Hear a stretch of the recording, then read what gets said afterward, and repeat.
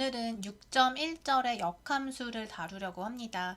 우리가 저번 시간까지는 1장의 일부를 다루었고요. 지금 이제 2장도 아니고 3장도 아닌 6장으로 넘어와서 역함수를 다룬 후에 그 다음 절인 6.2, 6.3절에서 우리 지수함수, 로그함수라고 하는 단원을 하고 그 다음에 다시 1장으로 넘어갈 거예요. 그래서 여러분 혼동하지 말고 우리가 이렇게 조금 왔다 갔다 교재 내용을 이렇게 섞어서 지금 쓰고 있는 거 확인하시면 되고, 자, 오늘은 6.1절 역함수 다룹니다. 역함수는 인버스 펑션이라고 하는데 역함수의 이름으로 봤을 때는 함수잖아요. 그러니까 역함수도 함수의 성질을 가지고 있는 함수로서 우리가 어떻게 정의하는지를 같이 보도록 할게요.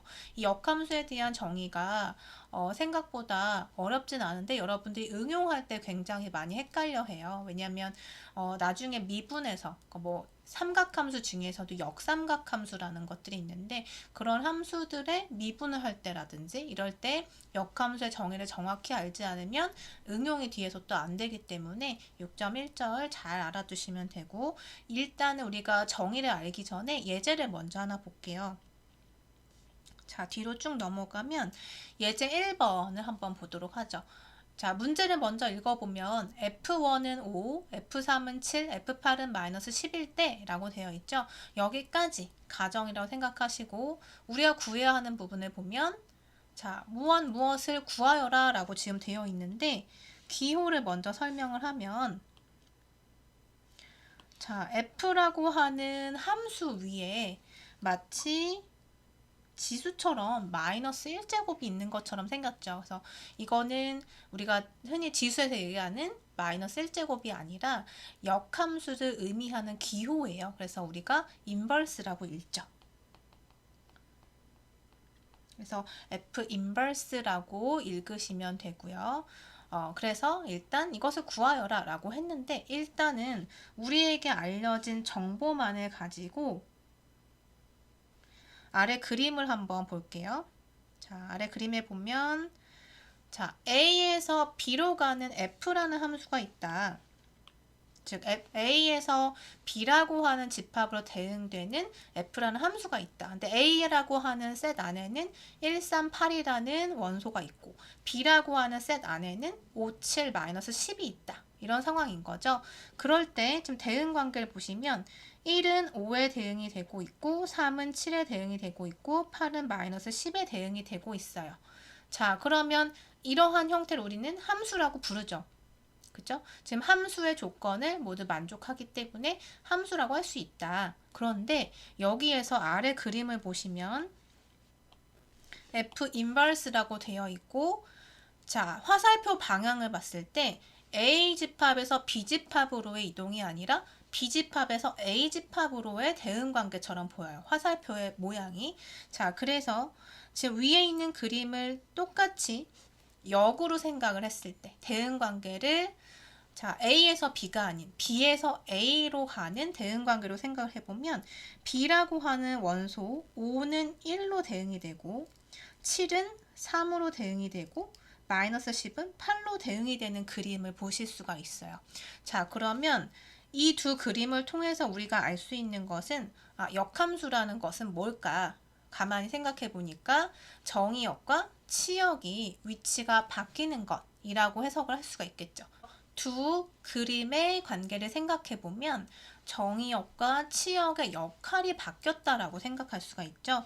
자, 위에 있는 그림은 A라고 하는 도메인에서 B라고 하는 레인지로 이렇게 대응이 된 거 생각하실 수가 있는데 아래에 있는 F 인버스라는 걸 보시면 B에서 A로 잖아요. 근데 B라고 하는 건 사실 뭐였냐면 위에 있는 원래 함수 F라고 하는 것에서는 레인지였잖아요. 그러니까 레인지에서 도메인으로. 그러니까 거꾸로 대응이 되고 있는 거죠. 그래서 이렇게 F 인버스라는 것은 거꾸로 대응되는 거구나 라고 생각을 하시면 되고, 따라서 예제 1번에 한번 대응해 볼게요. 그러면 F 인버스 7이라는 것은 무엇이 돼야 하는가? 자, 거꾸로 생각해서 그러면 F라는 함수가 있었는데 어떤 값이 대응돼서 7이 되었는가 라고 생각을 하시면 돼요. 그럼 그게 뭘까요? 7이 된 것.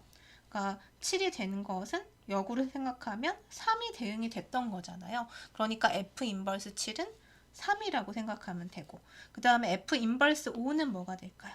5라고 하는 값이 어디에서 대응이 된 것인가? 역으로 생각해 주니까 1에서 5가 대응이 된 거구나. 그래서 F 인버스 5는 1이 되는 거고요. 그 다음에 F 인버스 마이너스 10은 뭐가 될까요? 마이너스 10은 8이 되는 거다. 그죠? 그래서 이렇게 대응 관계를 역으로 생각해주면 역함수의 값을 쉽게 생각할 수가 있어요. 이게 역함수예요. 그럼 역함수 우리가 어떻게 정의해야 되는가? 다시 위로 올라가서 생각해 볼 건데, 일단 역함수를 정의하려면 우리가 먼저 1대1 함수라고 하는 정의부터 정확히 알아야만 해요. 자, 이 1대1 함수는 굉장히 중요한 내용이기 때문에 여러분이 정확히 아셔야 돼요. 자, 1대1 함수 한번 같이 보도록 하죠. 첫 번째 정의는 1대1 함수예요. 원투원 펑션이라고 되어 있고요. 일단 아래 읽어봅시다. 함수 f가 같은 값을 두 번 취하지 않을 때, 즉 다음이 성립할 때 f를 1대1 함수라고 한다. 원투원 펑션이라고 한다. 자, 여기 중요한 정의가 들어가 있네요. 보면 x1과 x2가 같지 않을 때 fx1과 fx2는 서로 같지 않다. 이것을 만족하면 f는 1대1 함수라고 한다. 라고 했어요. 무슨 말이냐면, 자, 첫 번째 그림을 봅시다. 첫 번째 그림에 보면 4는 10에 대응이 되고 있고, 3은 7에 대응되고, 2는 4에 대응되고, 1은 2에 대응이 되고 있어요. 이런 함수를 f라고 하자. 자, 그러면 자, 위에 있는 이 조건을 만족하는지 한번 생각해 보세요. x1과 x2가 서로 다를 때, 이 x1과 x2는 무엇을 의미하냐면 A라는 정의역에서의 원소 각각을 의미해요. 그런데 임의의 원소 x1과 x2이기 때문에 어떤 원소 두 개를 가지고 오더라도 이렇게 생각하면 되고, 예를 들어서 1과 3을 내가 생각해 보자 라고 한다면 1과 3은 서로 다르죠. 그럴 때 F1하고 F3의 관계도 서로 다른지를 보면 돼요. 자, 그럼 F1은 2고 F3은 7이니까 서로 다른 것 만족하고 있죠.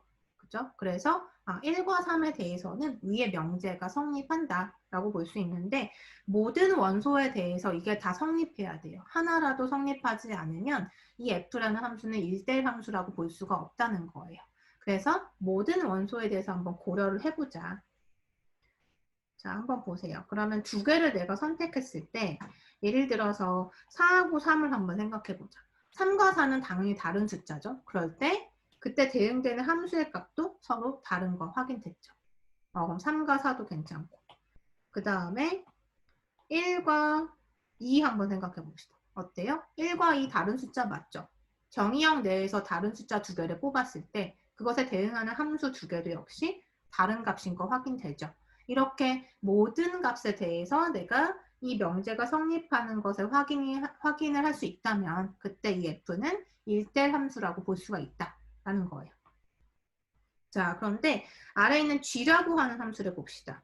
자, f는 따라서 1대 함수예요. 자, 1대 함수가 왜 되는지는 여러분이 서술하실 수 있겠죠? 모든 x값들, 서로 다른 x에 대해서 이것을 만족하기 때문에 1대 함수다라고 생각하면 되고, 그 다음에 g라는 함수를 한번 보세요. g를 보면 내가 x, 즉 정의역 내에서 두 개의 값을 선택했을 때, 예를 들어서 2하고 3을 한번 선택해보자. 그러면 2하고 3은 당연히 다른 값이에요. 그죠? 2와 3은 서로 다른데, 그럴 때 f의 2와 f의 3을 한번 생각해 봤더니 f의 2는 4고 f의 3은 또 4예요. 그러면 서로 같죠. 자, 이렇게 되었을 때 대응되는 함수의 값도 다를 때 그때 1대 함수가 된다고 했는데 지금 같은 상황이 됐어요. 자, 그럼 이런 경우에는 1대 함수라고 하지 않는다라는 거예요. 그래서 1대 함수랑 1대 함수가 아닌 것의 차이를 여러분이 구분할 수 있으면 돼요. 자, 그럼 여기서 1하고 4를 선택했어요. 그럼 1과 4는 서로 다를 때 F1과 F4를 비교해 보니까 F1은 2고 F4는 10이기 때문에 서로 다르죠.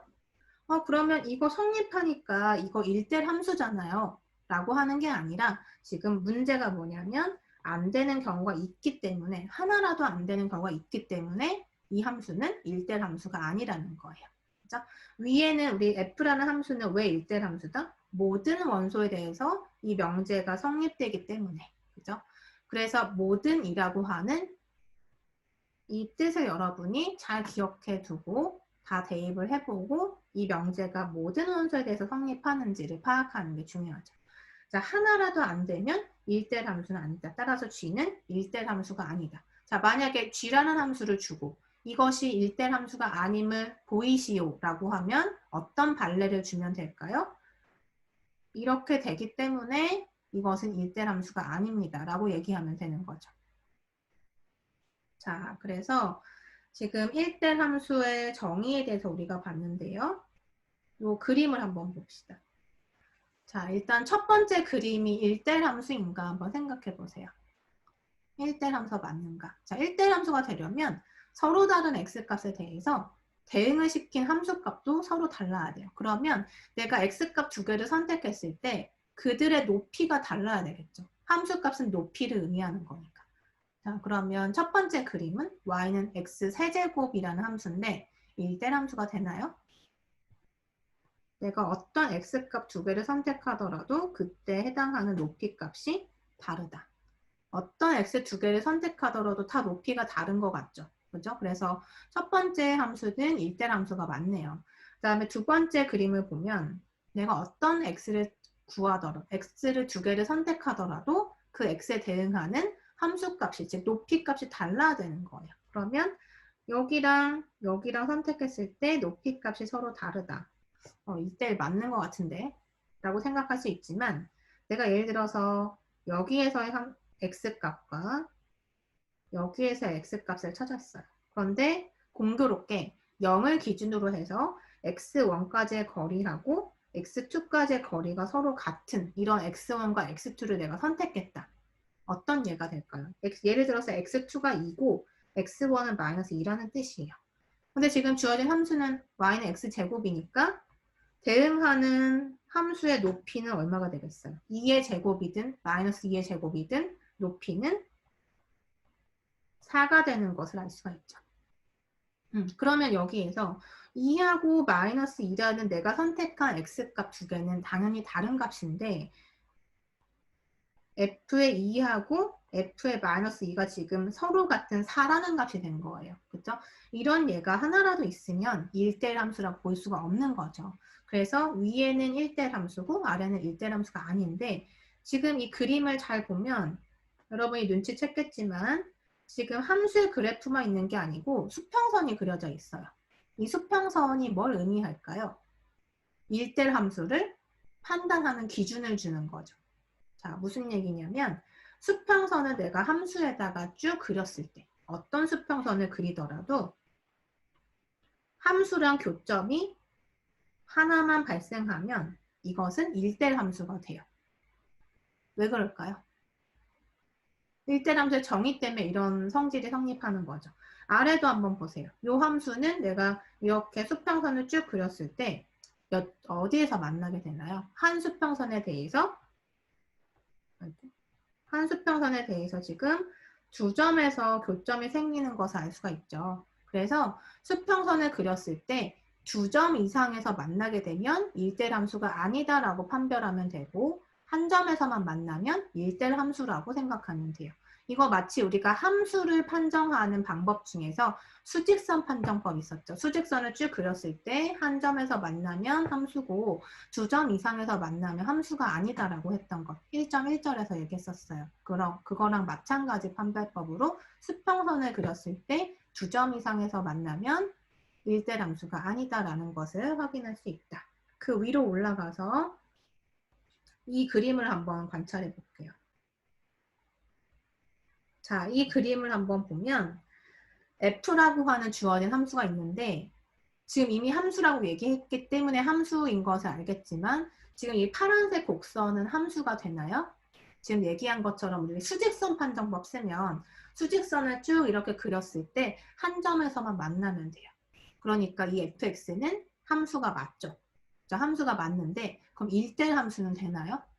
1대 함수는 우리가 수평선을 그렸을 때 두 점 이상에서 만나면 안 된다라고 했잖아요. 그러면 지금 이 주어진 함수는 맞지만 1대 함수는 안 되죠. 왜냐하면 지금 빨간색 직선을 그렸을 때 x1, x2에 대응하는 함수값이 서로 같아서 위에 있는 이 명제를 만족하지 않으니까 1대 함수라고 볼 수가 없고, 그리고 수평선 판정에 의해서 우리가 함수가 1대 함수가 아니라는 것을 알 수가 있어요. 그죠? 자, 그래서 이 함수의 경우에 지금 이 함수를 관찰한 결과 f는 함수가 맞다. 그렇지만 1대 함수는 아니다. 이렇게 일단 관찰을 했는데, 이때 우리가 지금 여기에 있는 x1과 x2가 보일 거고요. 두 개의 x축상에 있는 어떤 점이라고 생각할 건데, 그때 대응되는 함수의 높이가 지금 같다고 되어 있죠. 그 높이를 우리가, 즉 이 위치를 a라고 한번 해볼게요. 자, 그러면 우리 아까 역함수 연습한 것처럼 지금 상황을 보면 f의 x1은 결과값이 a라는 거 알 수 있고요. 함수값. f의 x2 역시 a라는 거 알 수 있죠. 그런데 여기에서 역함수로 한번 생각해 볼게요. 역함수가 뭐냐면 거꾸로 대응하는 거였죠. 그러니까 역함수 기호 써주고, 자, 거꾸로 나는 이번에 a를 대응해 볼 거예요. a를 대응해 보면, 자, a를 대응했을 때 뭐가 돼야 된다? 거꾸로 x1이 돼야 된다. 이게 역함수죠. 자, 이렇게 쓸 수 있겠네요. 그러면 아래식을 보고 다시, 자, 그럼 f 인버스 a를 대응시켰을 때 뭐가 돼야 된다? x2가 돼야 된다는 거예요. 아, 이렇게 우리가 역함수 표현을 할 수 있구나. 자, 그런데 이 두 개의 식만 봤을 때 이상한 점이 있어요. 뭐가 이상하냐면 f 인버스라고 하는 것을 우리가 역함수라고 했어요. 그러니까 역함수도 사실은 하나의 함수라는 거죠. 함수의 하나의 종류인 거죠. 그런데 지금 f 인버스 a가 x1이고 f 인버스 a가 x2래요. 그러면 이거 우리가 그림으로 한번 생각해 봤을 때, 자, 대응 관계가 여기에서 지금 f 인버스라고 하는 함수가 존재한다고 하고, 그때 a라는 원소에 대해서 x1에 대응이 되고 있고 a가 또 x2에도 대응이 되고 있는 이런 상황을 생각할 수 있겠죠. 지금 이 식을 그림으로 한번 표현을 해본 거예요. 아, 그러면 a라고 하는 f 인버스의 정의역의 원소가 x1에도 대응되고 x2에도 대응되고 있다. 이거 함수라고 할 수 있어요? 우리 함수가 되려면 어떻게 돼야 되나요? 일단 두 가지 조건이 있었는데, 첫 번째는 정의역 내에 있는 모든 원소가 대응이 돼야 된다. 그죠? 그리고 두 번째는 정의역에 있는 원소는 여기 B라고 하는, 즉 A 집합과 B라는 집합이 있으면 B라고 하는 집합의 원소의 하나에 대응이 돼야 된다. 그죠? 그래서 지금 A라고 하는 이 원소 하나에 대해서 얘가 x1도 x2도 두 개의 대응이 되기 때문에 이 자체가 함수가 아닌 거죠. 그렇죠? 이건 함수라고 볼 수가 없어요. 근데 f 인버스는 함수라면서요. 이것도 역함수니까 함수라면서요. 그러면 지금 이 사단이 어디서 발생됐는가 생각해 보니까 f라고 하는 원래 함수가 1대 함수가 아니었던 거에서 시작이 된 거예요. 그렇죠? 1대 함수가 아니었기 때문에 이 식이 나왔고, 이 식으로부터 이 식이 나왔고, 그로부터 생각해 보니까 f 인버스가 함수로서 역할을 못한다. 이렇게 지금 진행이 된 거죠. 그래서 이 사단은 원인이 뭐였냐면 f라고 하는 원래 함수가 1대 함수가 아니었기 때문에 이 결과가 나온 거잖아요. 아, 그러면 거꾸로 생각해서 f의 역함수, 즉 f 인버스가 존재하기 위해서는 원래 f는 항상 어떻게 돼야 된다? 1대 함수라는 조건이 만족돼야 된다라는 거예요. 그래서 f의 역함수를 정의하기 위한 조건은 뭐다? f가 1대 함수가 돼야 된다. 원래 함수가 1대 함수여야만 그것의 역함수가 정의가 되는 거예요. 그래서 1대 함수라고 하는 이 개념이 굉장히 중요한 거죠. 왜냐하면 역함수를 정의하기 위한 하나의 조건이니까. 그렇죠? 굉장히 큰 조건이기 때문에 1대 함수에 대해서 여러분이 명확히 알아둬야 된다. 1대 함수가 뭐였다? 이걸 잘 기억하시면 돼요. 이것은 정의이기 때문에 약속이죠. 우리가 약속한 거예요. 그러니까 여러분이 기억을 하셔야 돼요.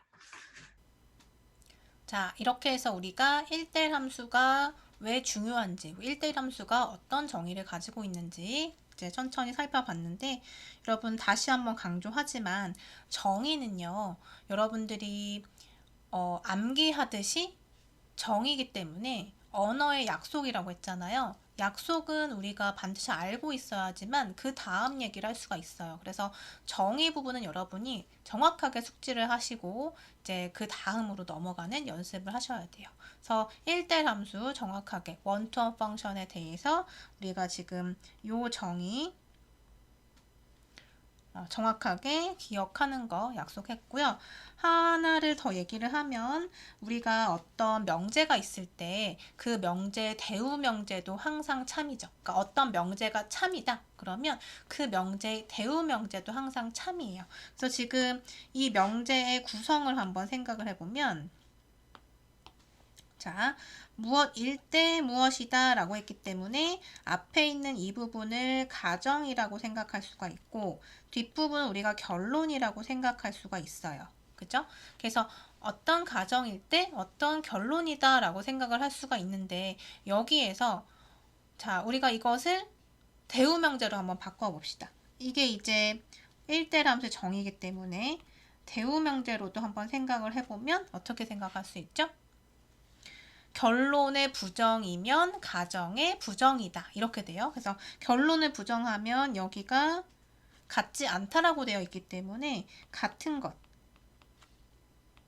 그러니까 fx1과 fx2가 같으면 이게 이제 가정이 되는 거고 이제 가정의 부정, 즉 이 부분을 부정했을 때 x1과 x2가 같지 않다를 부정하면 같은 게 되겠죠.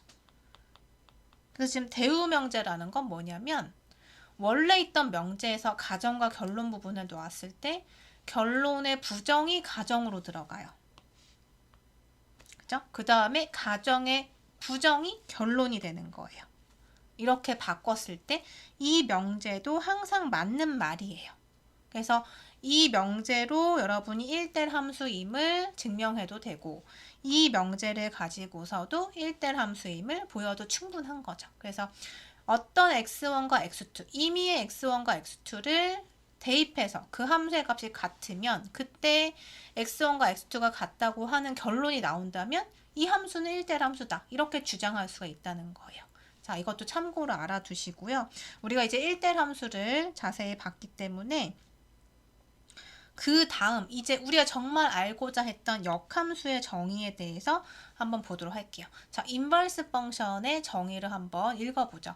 f가 정의역이 a이며 치역이 b인 1대 함수라고 하자. 그러면 f의 역함수 f 인버스 우리 기호 약속 아까 예제 1번에서 얘기했고요.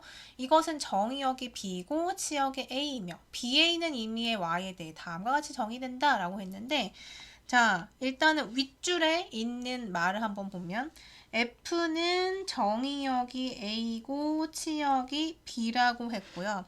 1대 함수라고 했어요. 1대 함수가 왜 들어갔다? 그렇죠. 당연히 이 말이 들어가야지만 가능한 거죠. 역함수 정의가 가능한 거죠. 가장 중요한 조건이라고 했어요. 자, 그러면 f의 역함수는 정의역이 누가 되냐면 b고 치역이 a이다. 자, 이렇게 두 줄만 여러분 확인해 보시면요. f하고 f 인버스하고 당연히 두 개는 다른 함수잖아요. 그런데 a하고 b의 위치가 이렇게 바뀌어져 있는 거 확인하실 수 있죠? 이렇게. 그죠? 그래서 역함수라 함은 정의역, 치역의 역할이 바뀌는 것이다. 뒤바뀌는 것이다. 이렇게 생각하면 되고 B에 있는 임의의 Y에 대해서 다음과 같이 정의된다라고 했어요. 자, 이 식이 무엇을 의미하는지도 한번 생각을 해보면 자, F 인버스 Y는 X다. 그리고 이렇게 화살표로 여러분 양쪽 화살표로 되어 있는 것은 어떤 의미인가요? 동치라는 뜻이에요. 그러니까 같은 말이란 뜻이에요. 왼쪽 항이나 오른쪽 항이나 같은 말이에요 라는 것을 이렇게 화살표로 우리가 표현하는 거죠. 기호의 약속이에요. 자, 그러면 이 부분을 한번 생각해 보면 f라는 함수가 있어서 대응 관계가 x라고 하는 어떤 정의역의 원소는 f라는 함수를 통해서 y에 대응이 되고 있다라는 상태인 거고, 자, 이 형태를 보시면 어때요? f 인버스라 함은 f의 역함수라고 생각할 수가 있고, 어떻게 되는 거다? 정의역이 y가 되고 치역은 x가 되는 것이다. 그래서 이러한 함수에 들어가는 변수가 이번에는 y가 되는 거고 그때의 치역이 x가 되는 거예요. 그죠? 그래서 지금 f라는 함수랑 여기 f 인버스라는 함수랑 비교를 해보면 x가 y에 대응되고 있는 것과 y가 x에 대응되고 있는 것 서로 바뀌어져 있는 거 확인하실 수 있죠? 그래서 이렇게 서로 역함수 관계 있다라고 이해하시면 돼요. 자, 그러면 우리 이제 역함수에 대해서 잘 정의가 됐죠? 1대 함수가 무엇이었는지, 그게 있어야지만 역함수가 정의되구나. 그리고 역함수는 이러한 성질이 있구나. 지금 정의까지 봤고요. 자, 그 다음에 이제 1번 우리 같이 봤었고, 노트 1번을 한번 볼게요. fy가 x다라고 하는 것 한번 생각해 볼까요? 이건 무슨 의미예요? f라는 함수가 있어서 정의역이 누구다? y다. 이때 치역은 누구다? x다. 그러니까 여러분은 반드시 fx는 y다라고 고정관념이 있을 텐데 fy는 x라고 만약에 누가 표현을 했다면 y가 정의역인 거예요. 그 다음에 여기에서의 함수식을 보면 x가 치역인 거죠. 그죠? 그냥 변수는 내 맘대로 넣을 수 있으니까 이 사람은 이렇게 생각한 거예요. 그러면 fy는 x다 이렇게 볼 수 있고 그것에 대한 역함수를 정의해 보면 거꾸로 가는 거니까 이 함수에 대한 정의역은 누가 된다? 여기 x에서 y로 가는 거죠. 그래서 f 인버스의 x는 y다 이렇게 볼 수가 있다는 거예요. 그래서 두 식은 서로 같은 의미를 포함하고 있다. 그 다음에 노트 2에 보면 자 x에서 fx가 됐네요. f라고 하는 함수를 대응 관계로 생각했을 때 fx가 됐고 그 fx가 다시 f 인버스라는 함수를 통해서 x가 되었다라는 그림이 있는데 이것의 의미는 뭘까요? 자, 어떤 의미가 있죠? 이거는 지금 함수로 봤을 때 f라는 함수가 하나 있고 f 인버스라는 함수가 있어요. 즉 어떤 변수가 f라는 함수에 대응이 됐다가 f 인버스라는 역함수에 대응이 되면 자기 자신 x가 되더라라는 그림인 거죠. 자, 무슨 의미냐면 예를 들어서 a라는 정의역과 b라는 코도메인이 있어요. 그러면 f라고 하는 함수가 있고 그것의 역함수 f 인버스가 있어요. 자, 그럴 때 간단히 생각하기 위해서 하나의 원소만 생각해 봅시다. a라고 하는 집합에 스몰 a가 있고요. b라는 집합에 스몰 b라고 있다고 해볼게요. 그러면 f에 a를 대응했을 때 결과는 자, 이렇게 대응 관계가 있다고 한다면 fa는 b가 되죠. 자, a에서 시작한 거예요. a라는 원소를 f에 대응을 시켰더니 b가 되었다. 다시 역함수에 집어넣는 거예요. 이 과정을 생각해 보면 자, 그러면 f 인버스 b는 뭐가 되죠? b를 역함수로 돌려서 보니까 a가 되는 거죠. 그죠? 그래서 지금 결과적으로 a에서 시작해서 f를 거쳐서 f 인버스를 거치니까 뭐가 됐다? 자기 자신인 a가 되었다. 자, 이 과정인 거죠. 즉 f와 f 인버스를 동시에 대응하게 되면 결과적으로 변수가 나온다. 이렇게 보시면 돼요. 거꾸로 f 인버스에서 시작해서 f를 거치면 역시 f 인버스의 정의역 원소가 그대로 나오게 되겠죠. 이 과정을 얘기하는 게 두 번째 노트고 세 번째 노트는 앞에서 얘기한 내용이에요. f 인버스라고 쓰는 이 부분은 절대로 f의 역수라고 보면 안 된다. 그죠? 이것은 역함수인 거지 이런 표현은 아니에요. 이거 반드시 혼동하시면 안 되고. 자, 노트 4번 y는 fx와 y는 f 인버스의 그래프는 y는 x에 대해서 대칭이다 라고 되어 있는데 y는 x라고 하는 것은 1차 함수죠. 직선의 방정식 우리 앞에서 얘기했었어요. 자, 그러면 예를 들어서 한번 생각을 해보도록 하죠. 만약에 f라고 하는 함수에 대해서 자, 2라고 하는 값이 4에 대응이 되고 있고 3이라는 값이 6에 대응이 되는 함수다라고 한번 생각해 보도록 할게요. 그러면 자, 여기다가 그림을 한번 보죠. 자, 2라고 하는 점은 4에 대응이 된다. 그 다음에 3이라는 점은 6에 대응이 된다. 자, 이런 상황인데 자, 이 함수를 f 인버스로 한번 대응을 해보자. 그러면 어떻게 되나요? 정의역과 치역의 관계가 서로 바뀌는 거기 때문에 4가 2에 대응이 돼야 하고 6은 3에 대응이 되는 셈이 되겠죠. 그래서 f 인버스라는 함수는 자, 파란색으로 찍어 볼게요. 4일 때는 2에 대응이 되고 6일 때는 3에 대응이 된다.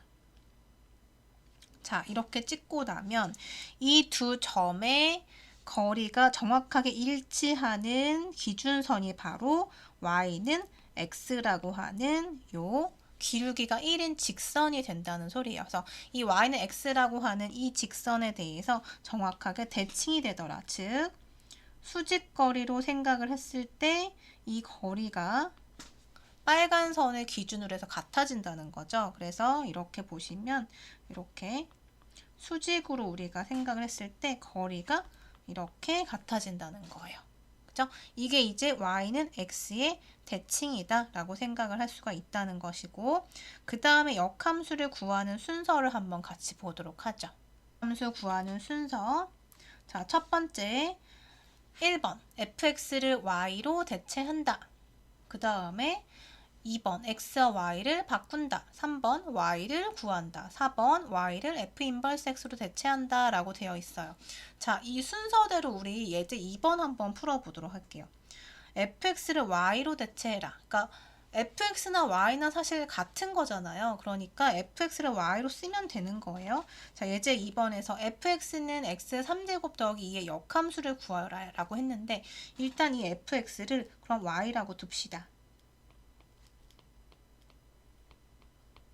자, 1번 스텝 한 거고 그 다음에 2번에 보면 x와 y를 바꾼다라고 되어 있어요. 왜 바꿀까요? 그쵸? 역함수 정의 때문인 거죠. 정의역과 치역이 바뀌는 것이 역함수니까. 그래서 자, 여기에서 보면 x와 y를 바꾼다라고 했으니까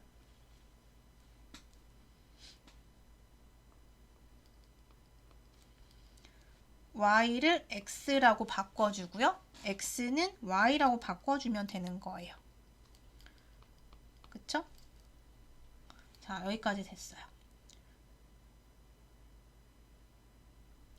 자, 여기까지. 그래서 이게 1번, 그 다음에 이게 2번, 그 다음에 3번 y를 구한다 라고 했으니까 y에 대해서 이제 정리를 해봅시다. y 3제곱은 x-2고 따라서 y는 하고 풀어주면 우리 뒤에서 이제 지수 함수 단원에서 지수 얘기할 건데 여기서 보면 y 세제곱이라고 되어 있죠. 그죠?